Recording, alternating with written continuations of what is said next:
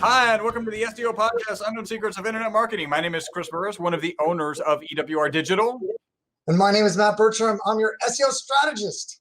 The SEO strategist, and also one of the owners of EWR Digital, and even the founder. Like that can go into the description appropriately. You got to correct that a few times. So I'm looking at the date of our last podcast, and it was 11/9/2020. Today's 12/15/2020. So Matt, what happened? That's a long time. Yeah, well, I got COVID, and then your wife's mom died, and then we had to hit Amazon bestseller list. So, like, there's some things that needed to happen. Oh, wait, that's right. That's like right behind me, right? That's the Amazon bestseller right there. Rise of the Personal Brand. Does it look like I'm looking at it? Because what number is that? It's a little grainy. What number? Looks like it's number 1. Oh, okay. And then that's number 2, conversion funnels. Number 1, Rise of the Personal Brand. If you're just listening, I've got the Amazon bestseller list printed up behind me on the green screen, and I'm pointing at our book that is a Amazon #1 seller. I think we made 3 categories, didn't we? Yeah, we actually made 5, but 5 categories. But I mean, no one's counting or anything. Sales and presentations, online marketing, small business marketing, business etiquette. And then there's one other category I can't remember, but yeah, we did pretty dang good. Good. Well, high five. Yeah. we had Chris and I and 7 other co-authors put together a book, kind of an extension of Build Your Brand Mania, how different people built their personal brands. All people were pretty heavy hitters in the influencer space, and got that out there, did a book launch, and hit a home run, knocked it out of the park. Any one of us could have hit, I think, Amazon bestseller. I think, when you have 9 different people together, it's quite a good powerhouse. Yeah, absolutely. So, like Amazon bestseller, COVID, Forbes article? Was there a Forbes article in there? Yeah, I did just get my first article in Forbes. Yeah. Boom. Yeah, so. That is awesome. Search Engine Journal quote. Actually, we'll be referencing that in our review. Our testimonial. Pretty awesome. Okay, so we've been busy. We apologize. We're back. Our last one was Gary, right? Our last podcast. Yeah, I mean, that one should carry. You should have had to listen to that one a few times. There were so many nuggets in there. And so that's what we're going to extend upon today. We're going to talk more about EAT. We really believe as kind of a new direction with the Google algorithm, EAT is becoming more and more important. And it's something that we're focusing on internally with our clients. Also, just one quick note, I've talked to a few clients as we're kind of into the year planning into next year. Want to let everybody know our agency is quite healthy. PPP took great care of us. All right. So we're quite healthy. And we've been doing some really positive things as an organization. So we're a healthy company. We're focused on the SMB market. So, that's our focus going into next year. We do work with some bigger brands, but they're knocking on our door, asking us to help them with SEO strategy. But our primary focus is the small and medium-sized business. So don't worry about that. We're not going anywhere. As an agency, we do have a couple fun side projects that Chris and I have started because the team's growing, and we, have some really talented people. So we're doing some other things, but our primary focus is SMB. We are a healthy company. We're not going anywhere. This podcast has been going on for 10 years. Agency's been around 20 years. Don't worry, we're here to stay. We're a rock. We're not satisfied with 3.5 million downloads like that. That's just not a satisfying number. The goal is 10, right? That's the goal. I don't have COVID.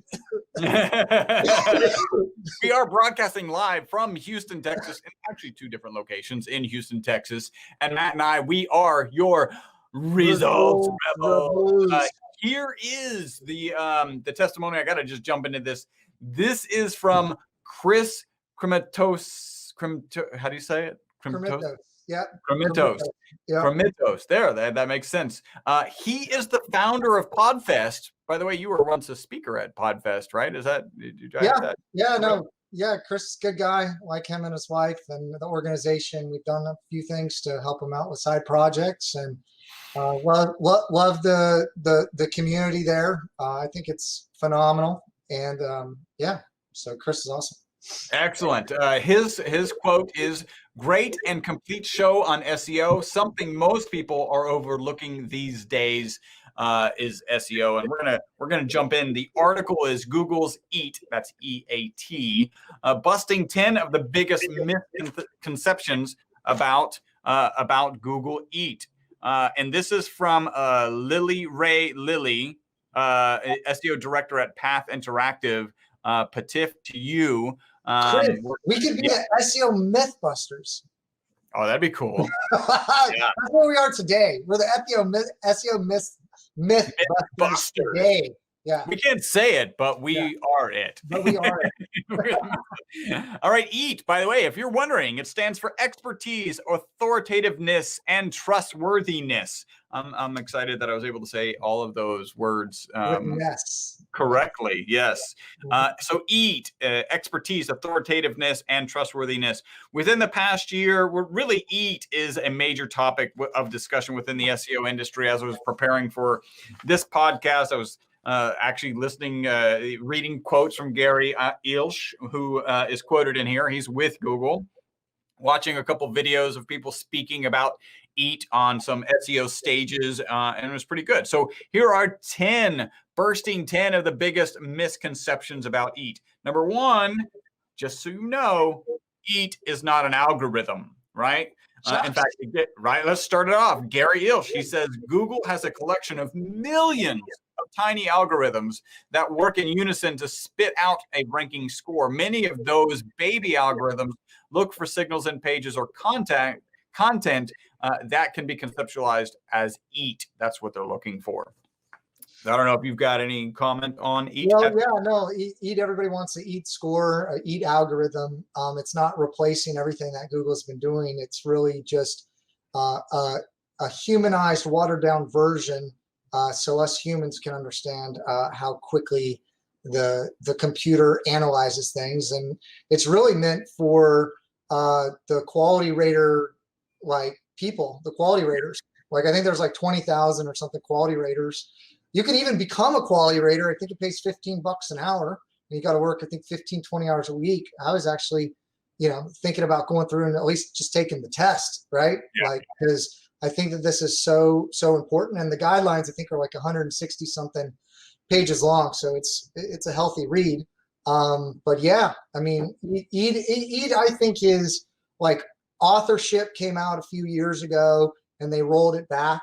And now this is like authorship on steroids. That would be my summary. Authorship on steroids.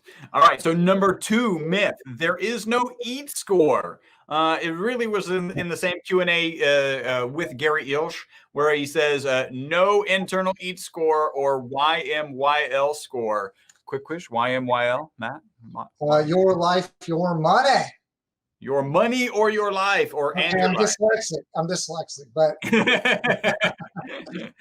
all right. Number 3, EAT is not a direct ranking factor. So expertise, authoritativeness, and trustworthiness are also not individual ranking factors. So there's no EAT score, there's no E score, A score, or T score. These are really conceptual things. Not if you, and really this is Danny Sullivan answered this in a tweet. Is EAT a ranking factor? Not if you mean there's some technical thing like with speed that we can measure directly, because there is no ranking factor, but it is signals that people are looking for as they're reviewing the results, the Google results.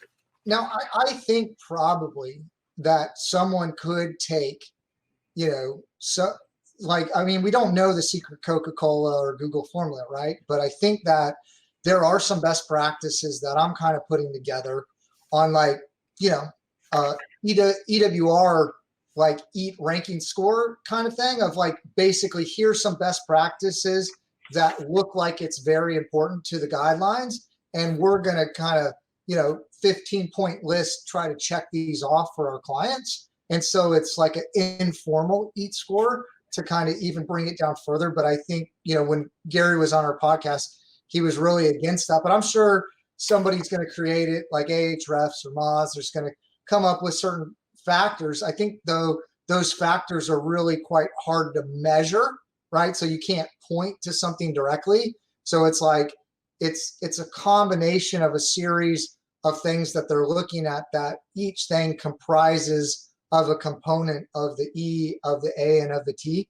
So I think it's something that could be measured, but I don't know how, algorithmically someone could grab certain things and calculate it if you didn't actually know what Google was doing. But I think you could put together probably some best practices, right? Some estimates, yeah, because that would be kind of similar to domain authority, right? Like that's just an estimate based on an algorithm that somebody's done estimating the Google algorithm.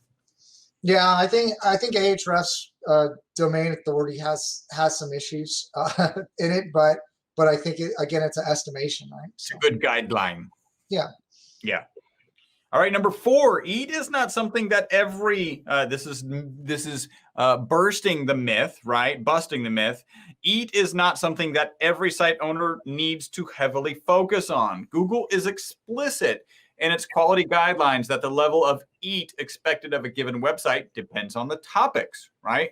For example, high EAT medical advice should be written or produced by people or organizations with appropriate medical expertise and accreditation.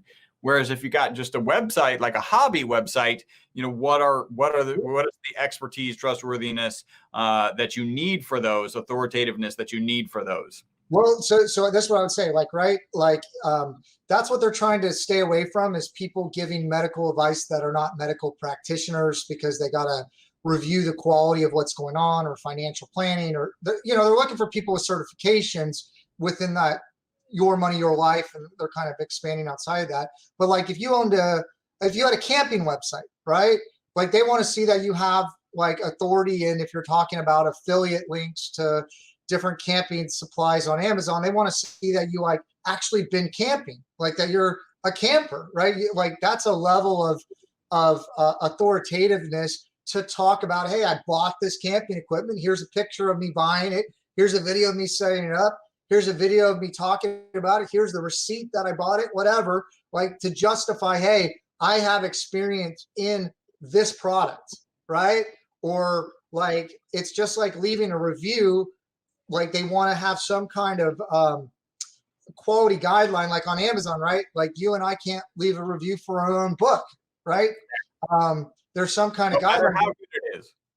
And then also some of the book, like if you leave a review, there's a verified review, like of someone that bought the book, and like an unverified review, right? So there's different levels of trust associated with this. Like someone's reviewing it, but if they haven't read the book or haven't bought the book, how do they know it's good, right? And so, I think it's a sliding scale, but they're looking at, do you have some kind of, experience talking about whatever this topic is? And also, are you the appropriate person to be giving that experience, right? Because if you're saying something that, like if you would say, hey, take this home remedy and, you'll cure yourself of cancer, like what kind of repercussions would that have, right? Like, so Google wants to try to vet out to a certain degree to make sure if they're providing that at the top of the search results, it's accurate information. So. Yep. Yeah, and it goes on to say, for companies who discuss YMYL, again, your money, your life topics, which can have a direct impact on readers' happiness, health, financial success, or well-being, EAT is of the utmost importance. It's also important to note that inherently e-commerce websites, because they get your credit card, are YMYL sites. So, all right, number 5, the myth that we are busting. Focusing on EAT is not a replacement for technical SEO, auditing, or any other SEO objective.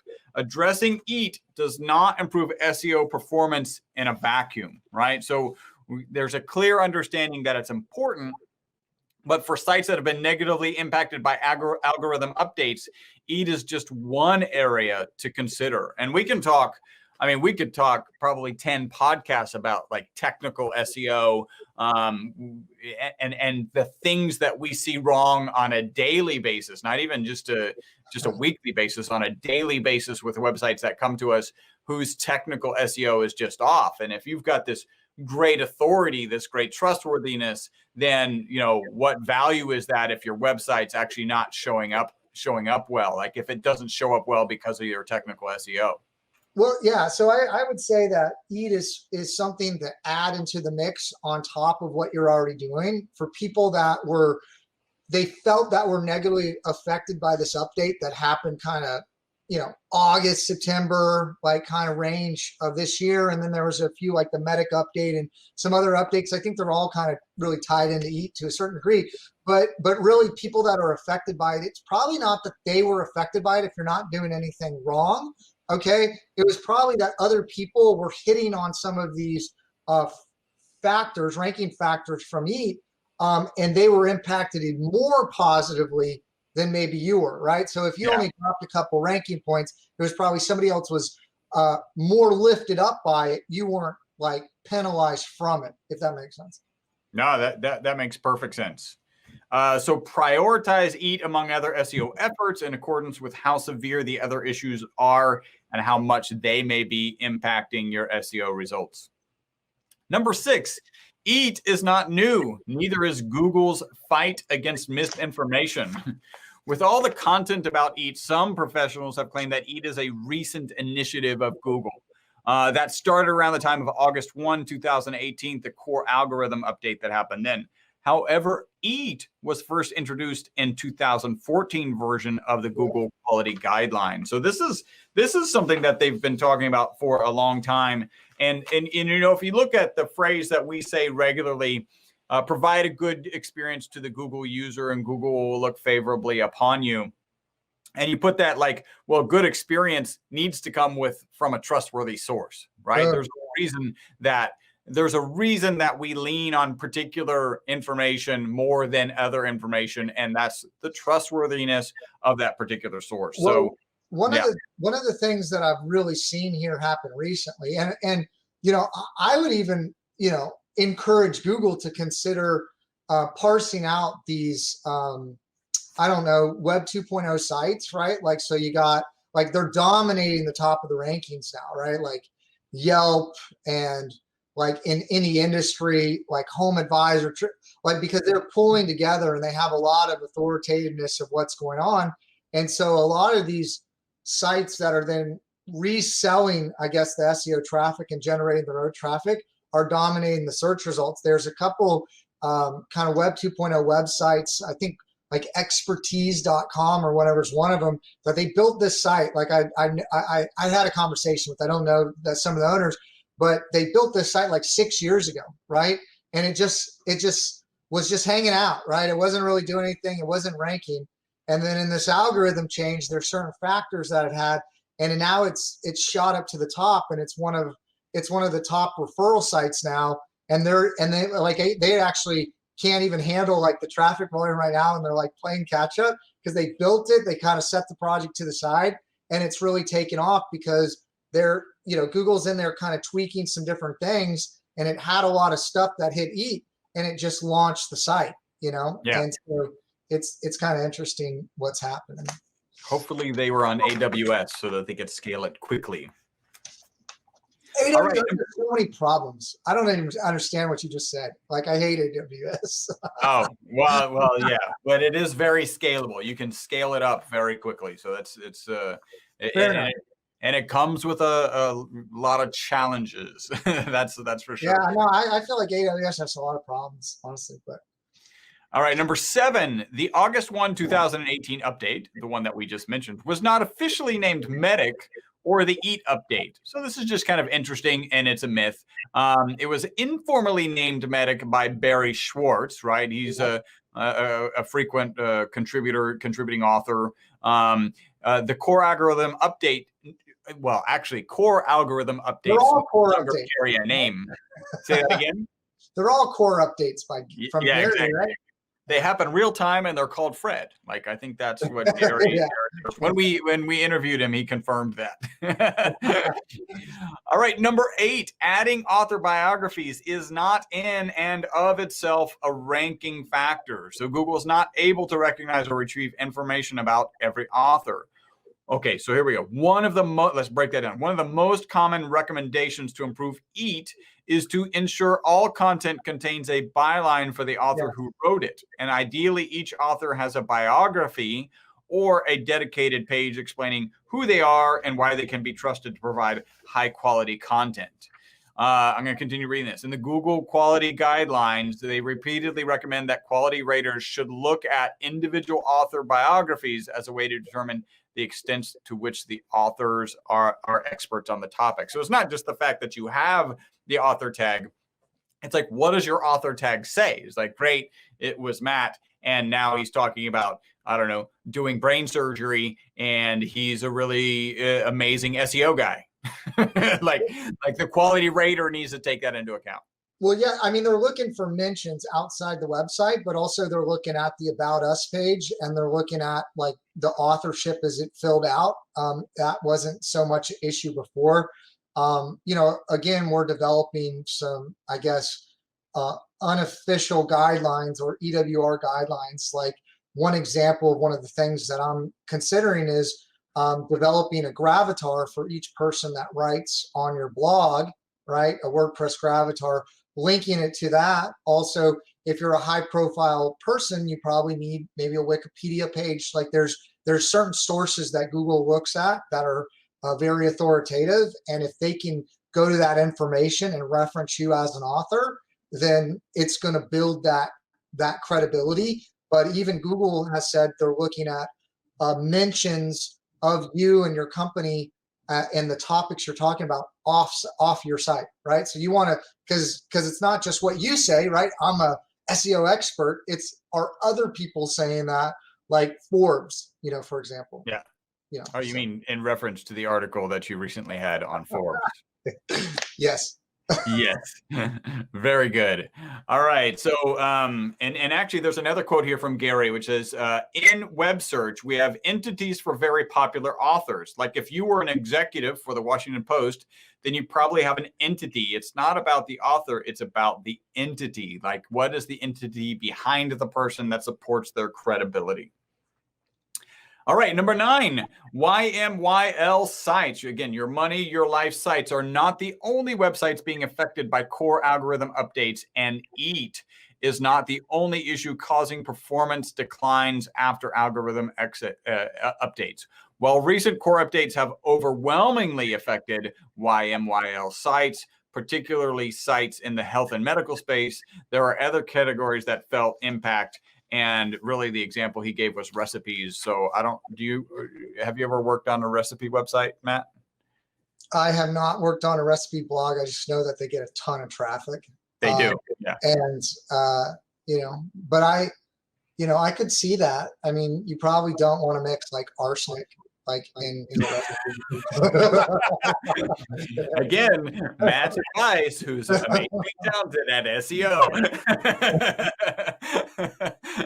Are there any recipes that you look up? No. I look up recipes. Like no, I actually have a recipe book from college that, like, I don't know, my mom helped put together, and they put together all like the top recipes, and I learned how to cook all that stuff, and I don't know, that's what I use. Like, I mean, I'm sure you can have an iPad and you can pull up recipes really easily, but I've found like sometimes I try things that are new and then they don't taste good. So so you just go back to the old standards. I stay close to the vest on like food sometimes. I once cooked a meal, actually, for a mutual friend of ours, Patrick, and he finished it and he was like, "Well, thank you, Chris. That was filling."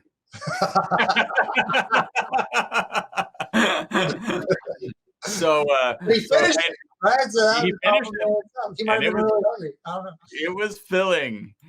All right, number 10, eat is not something you can plaster on your site and expect immediate results. Addressing eat takes time. So we all know there's certain SEO tactics. For instance, you speed up your website, like that's one, such as optimizing metadata or fixing technical issues. You can see immediate performance increase. Eat doesn't work that way. It's because it's not a direct ranking factor. So you got to wait for not just like your site to be indexed, or for other sites to be indexed that are related to it to help support your eat ranking. And yeah. I think it's a multiplier, right? Like I think that there's certain things that you still need to do for SEO, and that box of like above, below the line on authoritativeness, trust, expertise has to be kind of over a certain threshold to kind of click it on, right? And then it gives you kind of a multiplier. And then like if you don't have that clicked on, if you're still doing, some of the stuff that works for SEO, it doesn't have as great of an impact. That's kind of what I've really seen that since August, and that's why I've been working to kind of retool some of the strategies, because now there's certain things that you have to focus on that you didn't have to focus on previously, and I think it's a good move in the right direction to try to vet out spam, right? Like to find hey, and we've seen this like online, like you have a social profile or you have a social persona, and you have to be genuine in that, and you can't have multiple profiles. Like I think I remember when Facebook came out, people had like, here's my work profile, here's my personal profile. Maybe you act differently. One's public, one's private. Everything's merging, all the different platforms. Like you maybe have a conversation a different way, but you're one person, and that's what Google's trying to identify is, okay, who are you, right? And then like what kind of authoritativeness do you have on what topics? And let me consider that when I'm serving up ranking factors or kind of blogs or videos or whatever, to say, hey, this person deserves to be higher up, right? And so like a doctor should be higher up than somebody that I would say most of the time I think a doctor should be higher up than maybe some homeopathic person, but I think that there's some legitimacy to homeopathic stuff. But what we're seeing with, I guess, the political climate too, the social media sites and the big tech companies are just going to decide what information we deserve to see. And the better about how to kind of play by their rules, I think the better, right? And so you can go read these quality guidelines. You could become a quality, you could become a quality person and know firsthand. But I do think it's going to become more and more important as time goes on. And I don't think I think it's a good direction to have some kind of credibility of what people are saying online, so you can trust what they're saying. I mean, I remember when no one would put a credit card in a website online, right? Yeah. Yeah. And that trust has been built up, right? Yep. So, I don't know. Yeah. Well, that's it. That's the 10 Google Eat, busting 10 of the biggest misconceptions. Again, Lily Ray, patif to you. That was a wonderful article to kind of get us refocused on Eat. Again, expertise, authoritativeness, and trustworthiness. That is the content for this podcast. If you are enjoying this podcast, and it's been a while, so maybe you haven't thought about this in a while. We'd really appreciate it if you went and left us a review. We'd appreciate that quite a bit. Do you remember we have it, EWR, EWRdigital.com/review. We'll take you review. To cool. Mm-hmm. You made sure that happened. He was like, you are not saying G+. Oh, I said it ever again. I said it. No more you web style. Like, it was great in the 90s. It was great in the 90s. It was great in the 90s. It was a thing. It was hot. It was hot in the 90s. Well, we want to thank you guys. You guys have made us the most popular SEO podcast, one of the most popular internet marketing podcasts in the known universe. We really appreciate you. So thank you. Thank you guys for tuning in. We should be picking up our schedule more. Hopefully, the theory is Matt can't get COVID again, right? So that's a good theory. He may actually be writing another Forbes article. There may be another book, best-selling book in the works. Like there's a couple of those things going on, but I'm talking to search engine journals, so I might be writing for them here soon. So we really appreciate you guys and want to thank you guys for tuning in. And we would appreciate a review if you can leave one, ewrdigital.com/review. Anything else, Matt? No, that's it. Sounds good. All right. Until the next podcast, my name is Chris Burris. My name is Matt Bertram. Bye-bye for now.